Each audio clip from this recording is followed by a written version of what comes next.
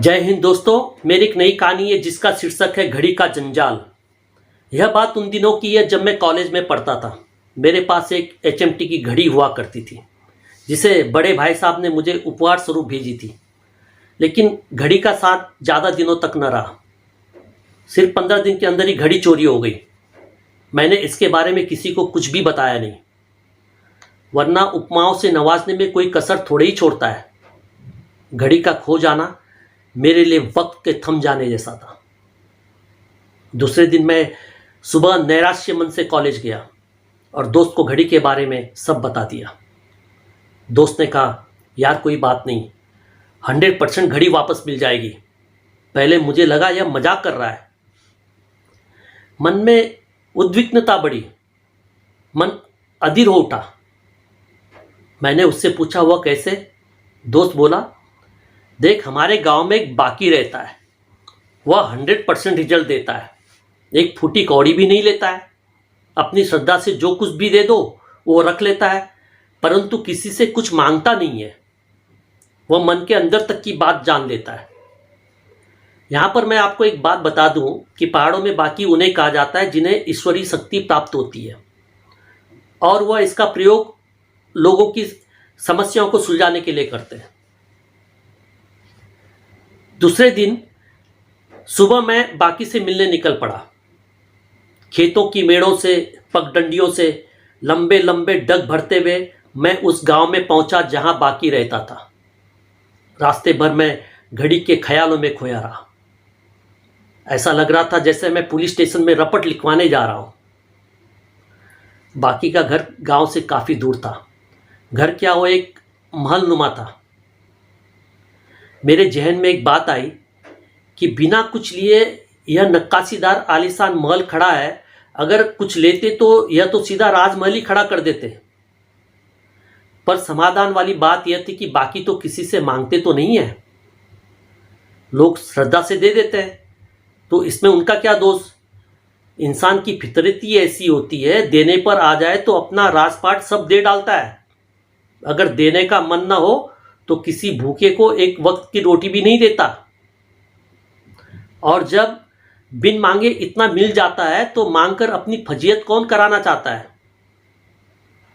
मांगने पर कोई दे दे तो ठीक, वरना तो फजीयत ही हुई ना। अर्थशास्त्र का डिमांड और सप्लाई का फॉर्मूला यहां काम कर रहा था। लोगों की काफी भीड़ थी, समस्या अनेकों थी, और उसका उपाय था तो सिर्फ एक बाकी के पास। बैठने के लिए आंगन में दरी और त्रिपाल का इंतजाम था। खिदमतगार खिदमत में लगे हुए थे। पानी के साथ साथ चाय का गिलास थमा दिया जाता। आंगन को लगकर लकड़ी का दरवाजा था जिससे धूप अगरबत्ती का गुबार बाहर आ रहा था। मैं भी वहां जाकर बैठ गया। बाकी तक पहुंचने के लिए जो दूरी थी वह बैठे बैठे ही खिसक खिसक कर पाटी जा रही थी।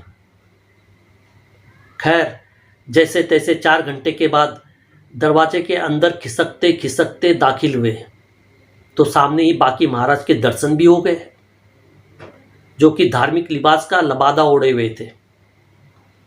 लंबी जटाएं, चौड़ा माथा, बड़ी बड़ी आंखें, बोलने का रौबीला अंदाज, अपनी बात पर इतना विश्वास कि किसी की क्या मजाल जो झुठला दे और तर्क करने का साहस करे। जरा और नजदीक आने पर बाकी महाराज की आवाज अब साफ साफ सुनाई देने लगी थी। पर ये क्या, यहां तो बाकी महाराज बैठे बैठे अदृश्य गुनाहगार को 3rd डिग्री दे रहे थे, तुगलक की फरमान सुनाए जा रहे थे।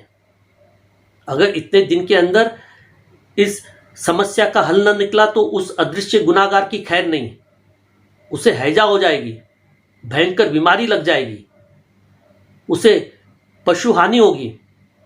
गुनाह के अनुसार अदृश्य गुनाहगार को 3rd डिग्री मुकर्रर की जा रही थी। गुनाहगार की सजा के भागीदार बेजुबान जानवर को भी बनाया जा रहा था। यह सुनकर मैं काफी डर गया। मन में आया उठकर चला आऊं, लेकिन डर इस बात का था कि कहीं बाकी मेरे मन की बात न जान ले। अगर जान लिया तो अनर्थ हो जाएगा। शायद ब्लूटूथ कनेक्टिविटी का आविष्कार भी इसी तर्ज पर हुआ हो। अगले ही पल मैं बाकी महाराज के सामने बैठा था। उन्होंने अपनी बड़ी बड़ी तल्ख नज़रों से मुझे देखा, फिर बगल में रखी हुई हांडी से मुट्ठी भर चावल निकाला और हवा में चावल के दानों को ऊपर की ओर उछाल दिया। फिर ऊपर से गिरते हुए चावल के दानों को बड़े ही तत्परता से नीचे गिरने से पहले ही हथेली में समेट लिया। यह प्रक्रिया लगभग 3 से 4 बार तक चली होगी। उसके बाद उन्होंने चावल के दानों को एक पाट पर बिछा दिया और उस पर उंगली से कुछ आकृति बनाने लगे। मुझे अब कुछ कुछ समझ में आ रहा था कि यह आकृति उस इंसान की हो सकती है जिसने मेरी घड़ी चुराई हो। फिर पाट पे पड़े हुए चावल को मुट्ठी में भींचते हुए जोर से कुछ क्षण तक मेरे माथे पर दबाए रखा। मेरे मन में अब संतोष का भाव था, क्योंकि मेरी रपट लिखी जा चुकी थी और उस गुनाहगार का स्केच भी बन चुका था।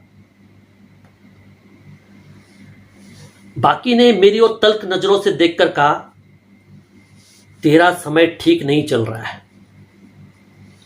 मैंने कहा, समय ठीक करने के लिए ही तो घड़ी मंगवाई थी। जहां जल्दी पहुंचना होता वहां देर हो जाती और कभी कभी वक्त से पहले ही पहुंच जाता। महाराज, किसी ने मेरा समय चुरा लिया है। यहां पर बाकी का सिक्स सेंस काम कर गया। बाकी महाराज ने लंबी सांस लेते हुए कहा, घड़ी चोरी हो गई है? मैंने भी हामी भर दी। बाकी महाराज बोले, अगर 7 दिन के अंदर जिसने भी घड़ी चुराई हो अगर वापस ना हुई तो उसे खून की उल्टी होगी। चोर मेरे आंखों के सामने ही है, गोल मटोल चेहरा है। जिस दिन घड़ी मिल जाएगी उस दिन देवी के नाम पर एक मुर्गी चढ़ावे के रूप में अर्पण कर देना। अब बाकी के साथ साथ देवी का डर भी मेरे मन के अंदर घर कर गया। मैं नैराश्य मन से वहां से लौट आया। घड़ी के कांटों में मैं बुरी तरह से उलझ चुका था। अब और ज्यादा उलझना नहीं चाहता था। मैं मन ही मन सोच रहा था, यह कैसा फरमान है, घड़ी न मिलने पर खून की उल्टी होगी और मिलने पर मुर्गे की बलि देनी होगी। मैं इन दोनों बातों के पक्ष में न था। मैं अपने आप को कोस रहा था, नाहक मैं इन चीजों में क्यों फंस गया। सोचने लगा, क्या मेरी घड़ी की कीमत किसी की जान से बढ़कर है? मुझे यह दोनों बातें गवारा न थी। मुझे अब घड़ी की बिल्कुल चिंता न थी, लेकिन उस फरमान का क्या जो जारी हो चुका था। मैंने ईश्वर से प्रार्थना की कि हे ईश्वर, किसी तरह से 7 दिन सकुशल टल जाए। हालांकि अब घड़ी से मेरा कोई सरोकार न रहा, लेकिन जब भी किसी गोल मटोल चेहरे पर नजर पड़ती तो वह मेरे शक के दायरे में आ जाता। 6 दिन बड़ी बेचैनी से कटी। आज 7वां दिन था। ऐसा लग रहा था जैसा फाइनल मैच में हार जीत का फैसला आने वाला हो। मैं कॉलेज से जल्दी ही घर लौट आया। मन बड़ा प्रसन्न था, लेकिन जैसे ही मैं गांव के नजदीक पहुंचा तो देखा ताऊ जी के घर के सामने लोगों की भीड़ जमा थी। मैं भागते हुए ताऊ जी के घर जा पहुंचा तो पता चला कि ताऊ जी को उल्टी हो रही है। मैं मन ही मन काफी डर गया। आशंका कुशंकाओं को जन्म देने लगी। मैं कमरे के अंदर दाखिल हुआ तो देखा ताऊ जी उखड़ती सांसों की उल्टी गिनती गिन रहे थे और बगल में ताई जी हाथ से पंखा झल रही थी। बिजली के 40 और 100 वाट के बल्ब लगे थे, पर उन्हें सप्ताह में सिर्फ 1 या 2 बार ही अपनी प्रतिभा दिखाने का अवसर मिलता था।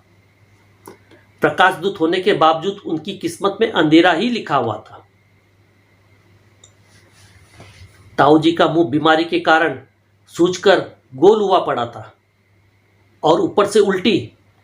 मैं डर गया, कहीं घड़ी का राज ताऊ जी के सीने में दफन तो नहीं। मैं ये सोच रहा था कि इतने में ताई जी बोली, बेटा आज इन्हें सुबह से 3-4 बार उल्टी हुई। मैंने डरते डरते ताई जी से पूछा, खून की उल्टी तो नहीं हुई? मेरा इतना कहना था कि ताई जी मुझ पर ही बिफर पड़ी। गुस्से में ताई जी बोली, कमबख्त, तू यह चाहता है कि इन्हें खून की उल्टी हो? अब ताई जी को कौन समझाए कि कहीं दूर से तुगलकी फरमान जारी हुआ है और आज 7वां दिन है, संकट पूरी तरह से टला नहीं है। मैंने वहां से खिसकते ही भलाई समझी। रात भर करवटें बदलते रहा। सुबह सुबह मुर्गे ने बांग दी। मैं झट से उठ खड़ा हुआ। सामने ताऊ जी के घर की ओर देखा तो ताऊ जी छज्जे में बैठे हुक्का गुड़गुड़ा रहे थे। आज 8वां दिन था। खतरा पूरी तरह से टल चुका था। मैं कभी ताऊ जी को और कभी मुर्गे को देखकर खुश हुए जा रहा था और ईश्वर को धन्यवाद दे रहा था।